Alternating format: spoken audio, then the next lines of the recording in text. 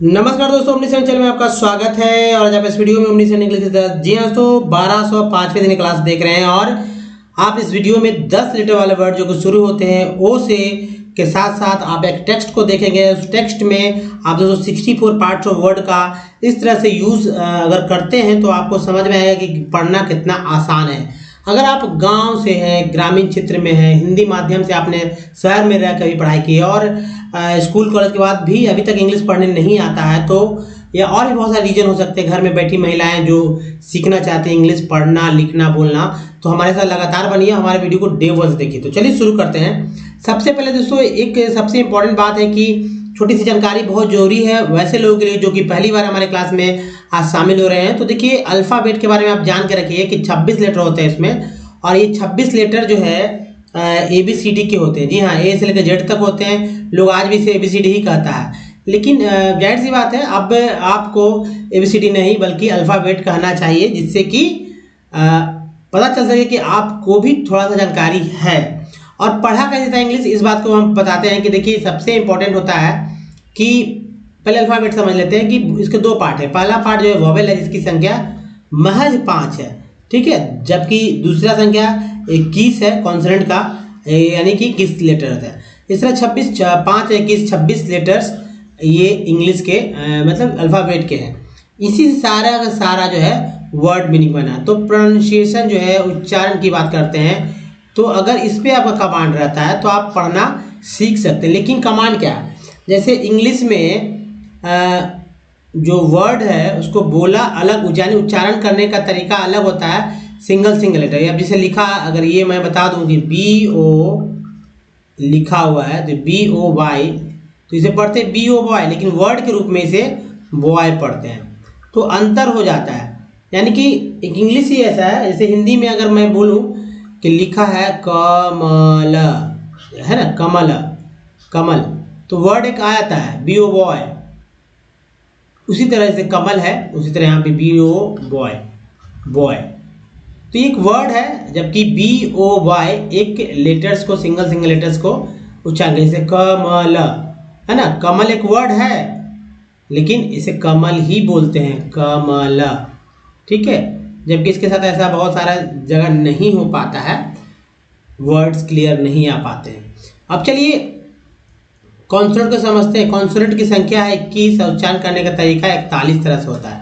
अब इस 41 तरह को आप अच्छे तरह से समझ लीजिए, याद करना होगा, क्योंकि याद नहीं करेंगे तो दिक्कत होगा। याद करेंगे तो जल्दी से इंग्लिश पढ़ना सीख सकते हैं। जैसे देखिए कि B को ब, C को क, श, D को ड, द, ज, F को फ, G को ग, ज, H को बोलते हैं ह, J को ज, K को का, L को ल, M को म, N को न, ड़, P को बोलते हैं प, Q को Q, R को र, R को ड़, S को स, ज, T को ट, त और च, सा ही बोलते हैं। V को व, W को व, X को X, Y को या, Z को झ, झ, और CI से स होता है। CK, Q, U, इन सब को क बोलते हैं।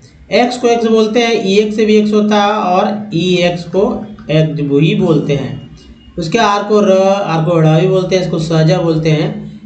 T को त, च, सा बोलते हैं। जैसे TION, इसको सन बोलते हैं। अब एक वर्ड बना लेते हैं इससे, जैसे देखिए NATION, अब ये भी एक वर्ड है, तो यह नेशन पढ़ते हैं। उसी तरह TIAL, CL बोलते हैं, ठीक है, CL बोलते हैं। अब वर्ड लिखते हैं SESSEN और TIAL, ये इसेंशियल वर्ड पढ़ा गया। तो ये पार्ट उसी तरह चर होता है, जैसे चर देखते हैं, और इसी तरह जो है चुअल, देखिए चुअल वर्ड पर सीधा बनाता हूँ, जैसे नेचर में देखिए चर आ गया, तो N बड़ा कर लेते हैं, कोई दिक्कत नहीं है। और यहाँ पर जो है फैक्चुअल ले लेते हैं, फैक्चुअल भी एक वर्ड है, जिससे कि भी कोई दिक्कत नहीं होता। तो इन सब वर्ड्स को आप धीरे धीरे पढ़ के समझ सकते हैं कैसे लिखा पढ़ा गया है। अब चलिए कॉन्सोनेंट का वोवेल को समझते हैं। वोवेल जो है इसमें आप अगर बात करते हैं दोस्तों की संख्या महज तो 5 ही मैंने बताया था ना, लेकिन उच्चारण करने का तरीका 27 है, 27 है।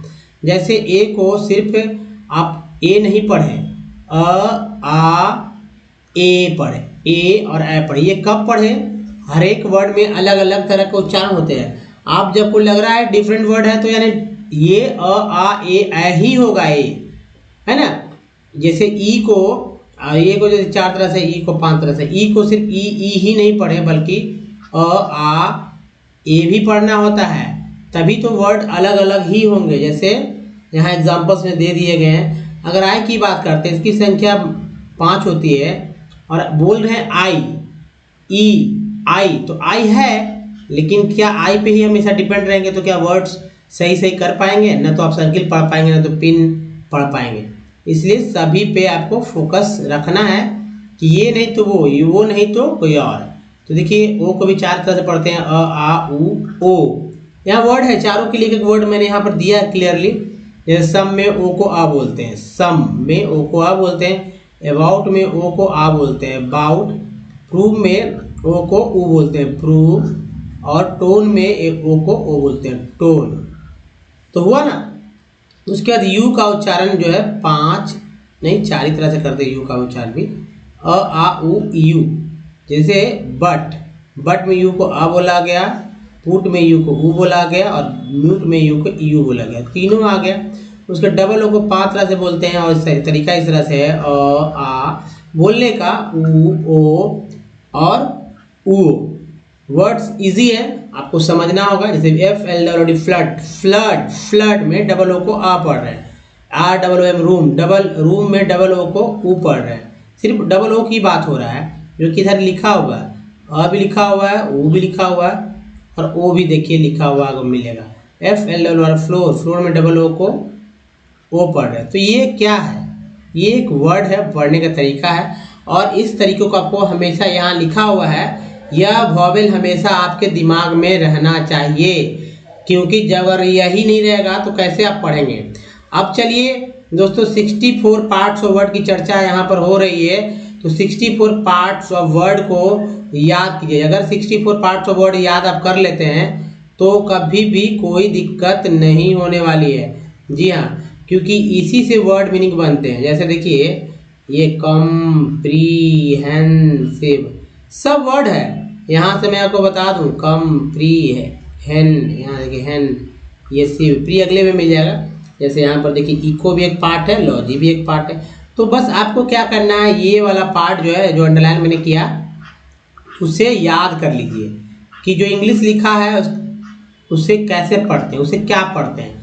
तो हिंदी में यहाँ मैंने बताया है कि जो इंग्लिश लिखा है उसको, इंग्लिश जो लिखा हुआ उसको पढ़ा जाता है इस तरह से, यानी बोला जाता है। तो आप अच्छे से करिए, इसे अगर कर लेते हैं तो कभी भी दिक्कत नहीं होगा। और इस सब को आप बारी बारी से याद कीजिए, याद करने को याद कीजिए। यहाँ प्रैक्टिस के लिए यहाँ वर्ड्स भी कुछ दे रखा है मैंने, तो वहाँ से भी आपको समझ में आने लगेगा। दूसरी बात दोस्तों कि जितना आप प्रैक्टिस करेंगे उतना ही आपको क्लियरिटी बनेगा। जी हाँ, 64 पार्ट्स ऑफ वर्ड का, जी हाँ 64 पार्ट्स ऑफ वर्ड का जितना यूज़ होगा उतना आपको आगे सीखने को मिलेगा, पढ़ने को मिलेगा। तेज़ी से पढ़ेंगे, स्पेलिंग मिस्टेक नहीं होगी, लिखने में भी बहुत क्लियरिटी रहेगा। मतलब कि कह सकते हैं करेक्ट लिखेंगे, करेक्ट वर्ड लिखेंगे, करेक्ट वर्ड पढ़ेंगे, ये सब। लेकिन कुछ ऐसे वर्ड होते हैं जो कि देश दुनिया में बोली जाती है, उसको भी देखना होता है। तो दोस्तों इसके बाद भी अगर हमारे वीडियो को आप देखना चाहते हैं शुरू से, डे 1 से, तो ओमनीसेन इंग्लिश यूट्यूब के सर्च में या गूगल पे टाइप के सारे वीडियो के लिंक मिले। जहाँ दोस्तों आप रीडिंग करना तो अभी पढ़ देख रहे हैं वीडियो, और भी वीडियो देख सकते हैं राइटिंग से रिलेटेड या स्पोकन से रिलेटेड वीडियो आपके पास होंगे। अगर आप सर्च करते हैं तो, या नीचे डिस्क्रिप्शन में भी बहुत सारे वीडियो के लिंक मिल जाएंगे। तो सब कुछ यहाँ पे दीजिए, ना तो ग्रामर सीख लेना, मोटिवेशन करना है दोस्तों। अंग्रेजी पढ़ना लिखना सीखना है तो बस एक कॉपी जरूर बनाइए, जिससे कि आप कॉपी पे लिख सकें और रिवीजन भी कर सकें। तो ये बहुत ही इंपॉर्टेंट हो जाता है। अब देखिए जिनको नहीं पढ़ने आता है, 10 लेटर वाला वर्ड है, 10 लेटर वाला वर्ड तो अच्छे लोग जो है नहीं पढ़ते हैं, तो पढ़ना चाहिए। अब ये सब वर्ड ऑब्सलेट है, यानी कि यूज मतलब कह सकते हैं रेयर आते हैं। इतने बड़े बड़े वर्ड का यूज इस्तेमाल तो बहुत विद्वानी लोग करते हैं ना। क्या लिखा हुआ है? ऑप्सोनाइजिंग, ऑप्सोनाइजिंग, ठीक है। वर्ड किस तरह से पढ़ेंगे? ऑप्सोनाइजिंग, है ना।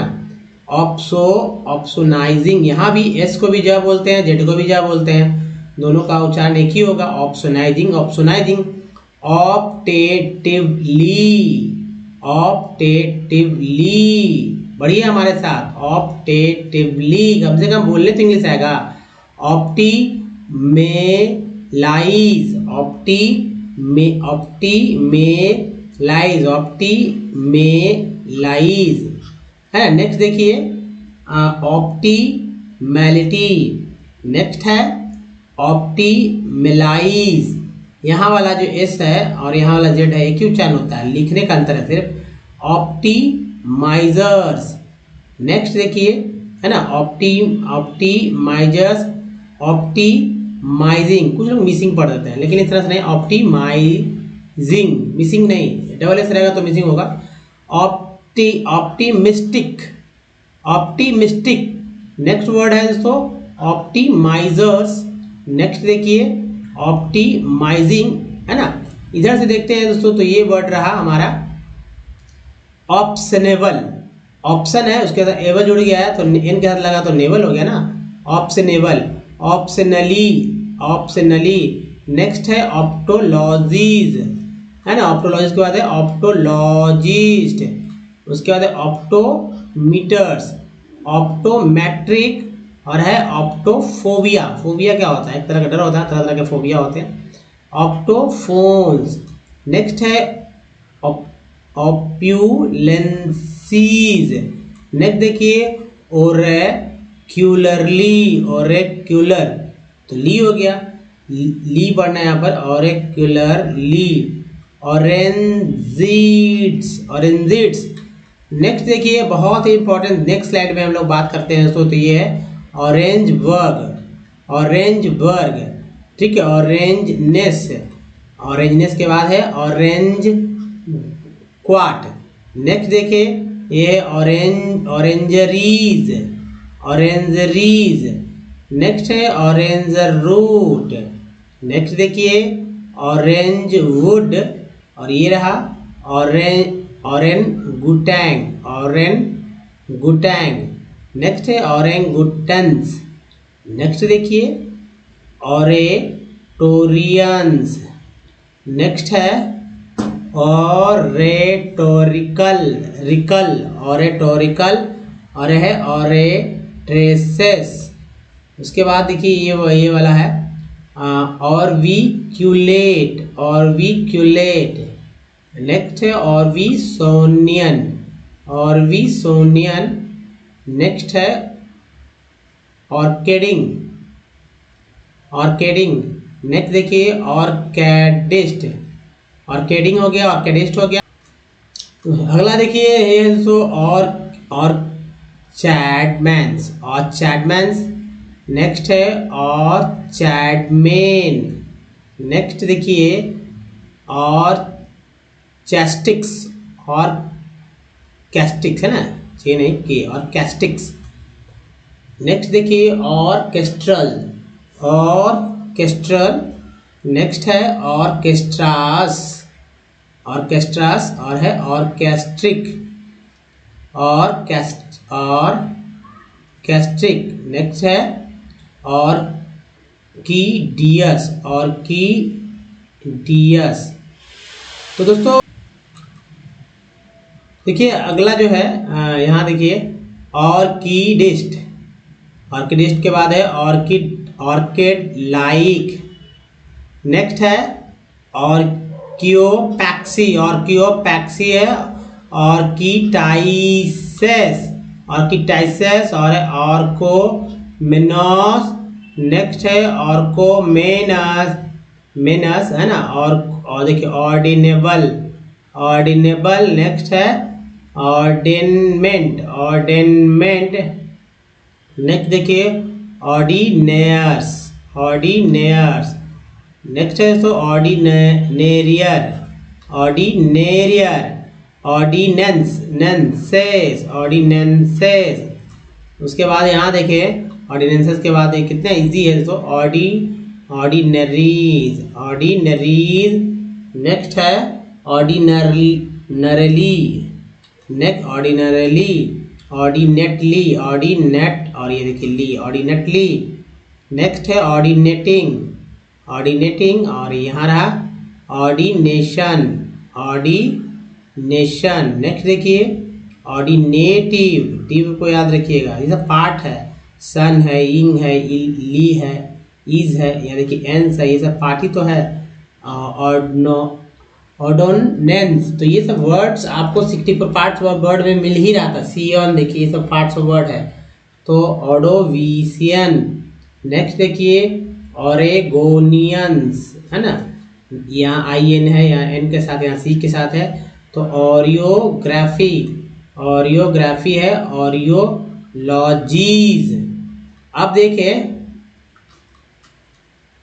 दोस्तों, जो 64 पार्ट्स ऑफ वर्ड है, तो आप इसका इस्तेमाल यहाँ पर और भी इजीली कर सकते हैं। 64 पार्ट्स ऑफ वर्ड बहुत ही इंपॉर्टेंट वर्ड होता है।